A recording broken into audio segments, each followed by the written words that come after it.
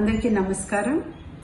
ఈ మధ్య నేను ఇచ్చిన ఇంటర్వ్యూలో ఒక మాట వక్రీకరించి సోషల్ మీడియాలో వైరల్ చేస్తున్నారు. అందుకే ఈ క్లారిటీ. నగరంలో 100 ఏళ్లలో రానంత ఎక్కువగా ఈసారి వర్షాలు పడ్డాయి, మీ అందరికి కూడా తెలుసు. దాంతో వరదలు వచ్చాయి.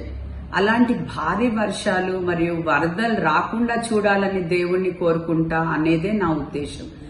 దానికి కొంతమంది సోషల్ మీడియాలో వైరల్ చేస్తూ ఉన్నారు. మరియు హైదరాబాద్ నగరంలో వరదలు రావద్దు అనే నా ఉద్దేశం, కానీ వర్షాలు రావద్దని మాత్రం నా ఉద్దేశం కాదు. సో ఇదొక క్లారిటీ. సెకండ్ క్లారిటీ కూడా నేను ఈ రోజు మన షేక్పేట్ తహసీల్దార్ బదిలీ వ్యవహారంలో కూడా నేను చెప్పాలేమనుకున్నాను. నేను దాంట్లో నా ప్రమేయం ఏమీ లేదు. దానిపై నేను ఎవ్వరితో కూడా మాట్లాడలేదు. తహసీల్దార్ కూడా తనపై ఎలాంటి రాజకీయ ఒత్తిడి లేవని మీడియాలో ఇదివరకు చెప్పారు కూడా. సో ఎంతకైనా బదిలీ అనేది రెవెన్యూ డిపార్ట్మెంట్ వ్యవహారం, కానీ దాంట్లో నా పాత్ర ఎటువంటిది లేదు, ఉండదు కూడా. మరిన్ని వీడియోస్ కోసం మా ఛానల్ ని సబ్స్క్రైబ్ చేసుకోండి. పక్కనే ఉన్న గంట సింబల్ ని క్లిక్ చేయండి.